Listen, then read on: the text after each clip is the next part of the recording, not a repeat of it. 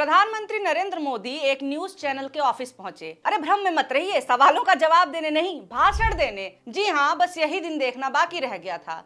जिस मीडिया को press conference में सवाल पूछने थे, वो अपने संस्थान को चुनावी मंच बनाकर एक नेता को सौंप दे रहा है। टेंशन ना लीजिए, मीडिया बिक गई है, मर गई है जैसे पुराने टॉपिक से मैं आपको बोर नहीं करूंगी।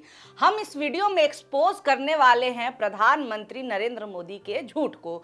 नमस्कार, मेरा नाम है निवेदिता शांडिल्य और आप देख रहे हैं पॉलिटिक्स। कभी आज तक जैसे चैनल नेताओं के झूठ का पर्दाफाश किया करते थे, अब इन चैनलों के मालिक और पत्रकार अपने ही मंच पर खड़े होकर बोले जा रहे झूठ पर तालियां बजाते हैं, जश्न मनाते हैं। कहते हैं ना कि झूठ भी कॉन्फिडेंस के साथ बोलो तो सच लगने लगता है, और ऊपर से अगर आपके लिए चीयर लीडिंग करने के लिए गोदी मीडिया की सेना मौजूद हो तो सोने पर सुहागा हो जाता है कि नहीं। चलिए शुरू करते हैं फैक्ट चेकिंग। मोदी जी ने मंच पर आते ही 2 बार कहा कि आप 2029 की बात कर रहे हैं, 2029 के चुनावों में अटके हैं, मैं 2047 के चुनावों की तैयारी कर रहा हूं। आप 29 पर अटक गए।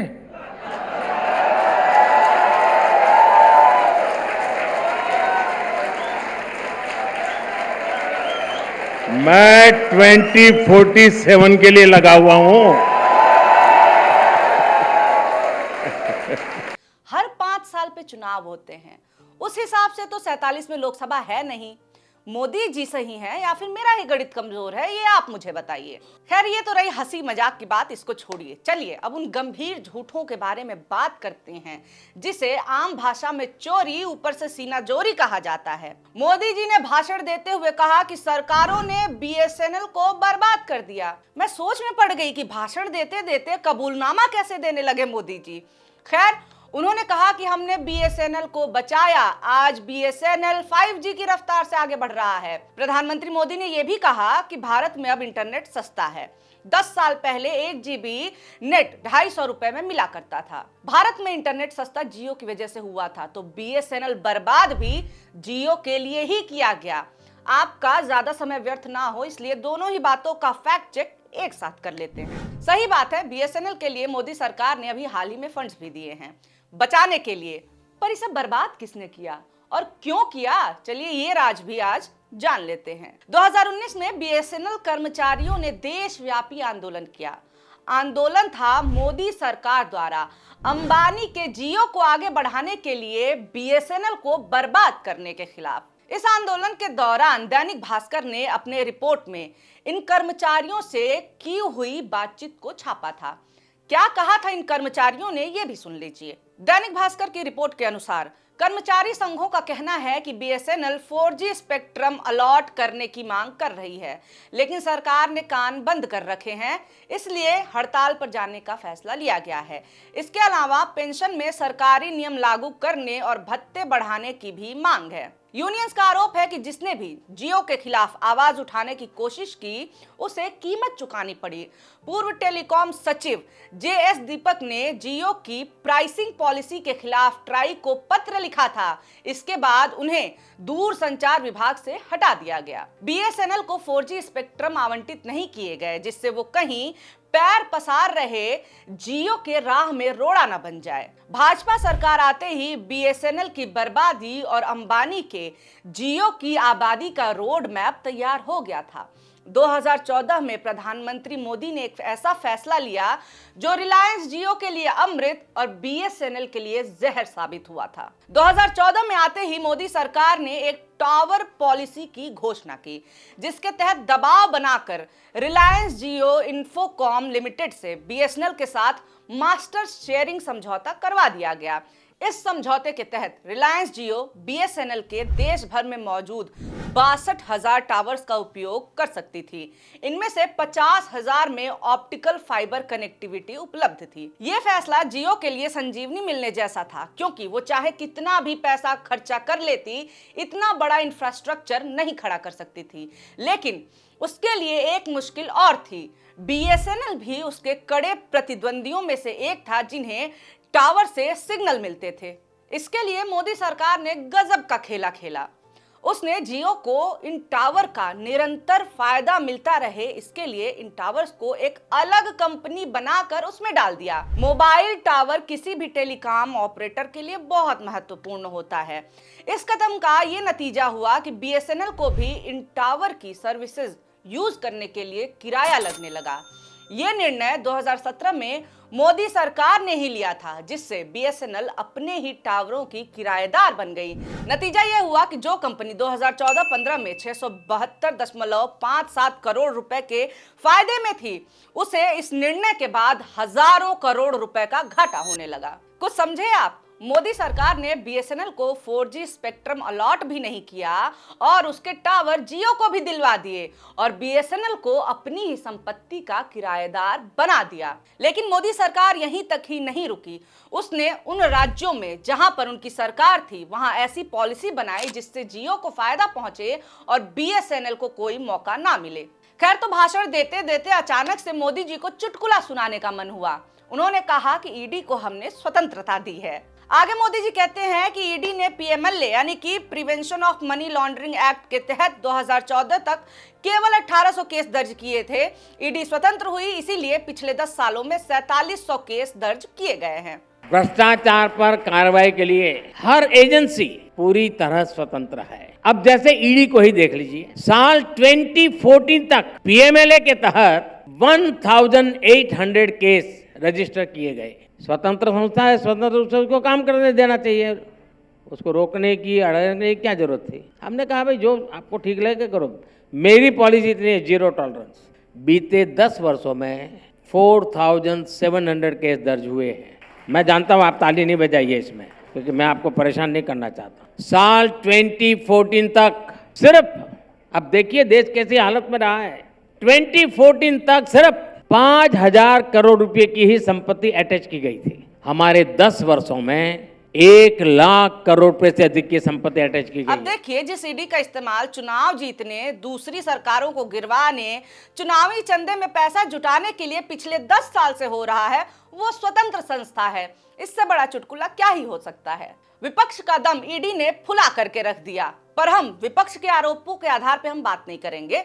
हम आज तक थोड़ी ना है कि किसी का चुनाव प्रचार करेंगे। हम आंकड़ों के जरिए मोदी जी के झूठ का पोस्टमार्टम करेंगे।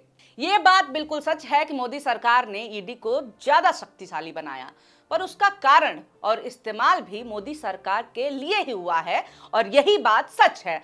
साल 2018 में ईडी को यह शक्ति दी गई कि वो पीएमएलए कानून के तहत लोगों के आवास पर छापामारी, सर्च और गिरफ्तारी कर सकती है। इससे पहले किसी अन्य एजेंसी की ओर से दर्ज की गई एफआईआर और चार्जशीट में पीएमएलए की धाराएं लगने पर ही ईडी जांच कर सकती थी, लेकिन अब ईडी खुद ही एफआईआर दर्ज करके गिरफ्तारी कर सकती है। अब सवाल ये उठता है कि ये बिल तो दोनों सदनों में पास हुआ होगा तभी तो कानून बना। बिल्कुल नहीं, पैंतरेबाजी को समझिए। पीएमएलए में बदलाव को मनी बिल की तरह पेश किया गया। मनी बिल को राज्यसभा में पेश नहीं करना पड़ता, इसे सीधे राष्ट्रपति की सहमति लेकर लोकसभा में पेश किया जाता है और वहीं से ये कानून बन जाता है। ऐसा इसलिए किया गया क्योंकि उस वक्त भाजपा के पास राज्यसभा में बहुमत नहीं था। अब बात कर लेते हैं ईडी के स्वतंत्र होने वाले दावे की। मोदी सरकार में पूरी बेहयाई के साथ ईडी का इस्तेमाल विपक्ष को तोड़ने, उनके नेताओं को डराने धमकाने के लिए किया गया। ऐसा हम नहीं कह रहे हैं, आंकड़े कहते हैं। 2022 में इंडियन एक्सप्रेस की रिपोर्ट छपती है, जिसके अनुसार ईडी सीबीआई के कुल छापों में से 95% छापे विपक्ष के नेताओं के ऊपर पड़े। अब आप ये भी कह सकते हैं कि जिसकी सरकार होगी, ईडी भी तो उसी की होगी, कांग्रेस भी तो ऐसा करती रही होगी। इसका जवाब भी हम देते हैं आपको आंकड़ों के जरिए। साल 2014 से 22 के बीच 121 बड़े नेताओं से जुड़े मामलों की ईडी जांच कर रही है।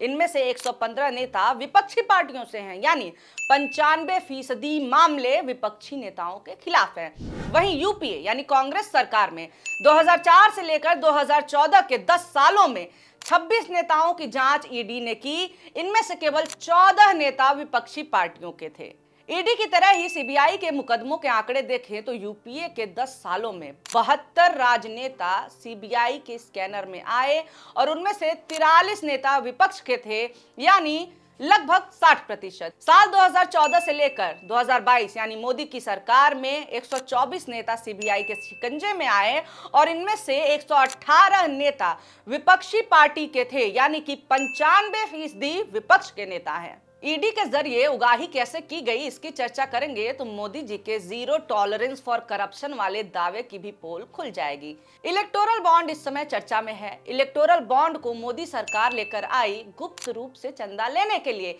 यानी भाजपा को पैसा किससे मिला, कब मिला और किसने दिया, ये जानने का हक जनता को नहीं है।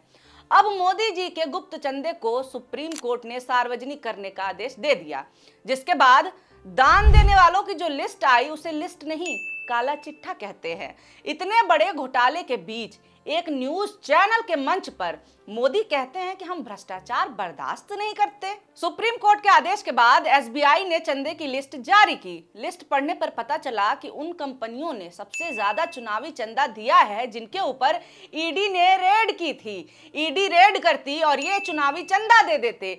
इस पर पूरी रिपोर्ट आप हमारे चैनल पर देख सकते हैं। एक तरफ मोदी जी बड़े कॉन्फिडेंस के साथ भ्रष्टाचार के लिए जीरो टॉलरेंस का दावा ठोकते हैं, थोड़ी देर बाद ही अपनी उपलब्धियों में उन योजनाओं की बात करते हैं जिनमें जबरदस्त घोटाला हुआ है। अपनी उपलब्धियां गिनाते हुए मोदी जी कहते हैं कि हम आयुष्मान भारत योजना लेकर आए जिससे लोगों ने फ्री में इलाज कराया या कम दाम में इलाज कराया। आयुष्मान भारत योजना में घोटाले की रिपोर्ट पिछले साल सीएजी यानी कैग ने पेश की। मुर्दों का इलाज करके पैसे खाए जा रहे थे। आयुष्मान भारत योजना में घोटाला हर राज्य में हो रहा था, मगर टॉप पर भाजपा शासित राज्य मध्य प्रदेश था। आयुष्मान घोटाले पर भी आप डिटेल रिपोर्ट हमारी चैनल पर देख सकते हैं। आयुष्मान भारत के साथ ही प्रधानमंत्री जन औषधि केंद्रों की तारीफ के कसीदे पढ़ते हैं, या ये कहिए कि अपनी ही तारीफों के कसीदे पढ़ते हैं। प्रधानमंत्री मोदी ने कहा कि जन औषधि केंद्रों के जरिए गरीबों को सस्ते में दवाइयां मिल रही हैं। प्रधानमंत्री के इस झूठ पर वो चैनल ही रिपोर्ट कर चुका है जहां खड़े होकर मोदी ये बात बोल रहे थे। आज तक ने जन औषधि केंद्रों की दुर्दशा पर रिपोर्ट करते हुए इसे नाकाम बताया था।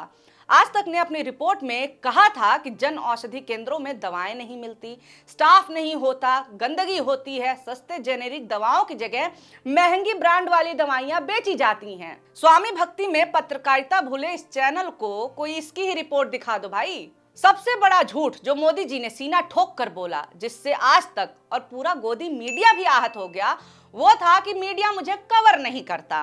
मोदी जी की ये बात सुनते ही चैनल के मालिक अरुण पुरी का चेहरा उतर गया। भाई, जिसके लिए ईमान बेचा, पत्रकारिता की हत्या कर दी, जनता के दुश्मन बन गए, वो कह रहे हैं कि हमें दिखाते नहीं हो। मोदी जी ने पूरे भाषण में ये बात 8 से 10 बार बोली होगी कि मेरी खबरें मीडिया नहीं दिखाता, मेरी बातें नहीं करता। चैनल के अंदर मोदी मोदी के नारे लग रहे हैं और ये कह रहे हैं कि मीडिया दिखाता नहीं है। मोदी जी ने उदाहरण भी दिया कि मैं ड्रोन दीदी योजना लेकर के आया, आपको नहीं पता होगा क्योंकि न्यूज चैनलों ने दिखाया नहीं। अब क्या चाहते हैं मोदी जी, कितना चलाएं आपको? क्या ये बेचारे अपने चैनल का नाम बदल कर मोदी तक कर दें? खैर, बहुत हो गया फैक्ट चेक, बहुत हो गया झूठ पकड़ना। आइए मोदी जी से सहमत होते हैं। मोदी जी ने एक बात कही जिससे मैं 100% सहमत हूं। मोदी जी जब शिकायत कर रहे थे कि मीडिया वाले मेरी खबर नहीं चलाते, उस वक्त उन्होंने एक बात कही। उन्होंने कहा कि जनता के मुद्दे इनके यानी मीडिया वालों के लिए इंटरेस्टिंग नहीं होते। गजब मोदी जी। और इसलिए आज मैं यहाँ वो बातें भी बताऊंगा जिनको मीडिया उतना आकर्षक नहीं मानता है। उसमें यहाँ बैठे हुए का दोष नहीं है, उस पूरी बिरादरी का।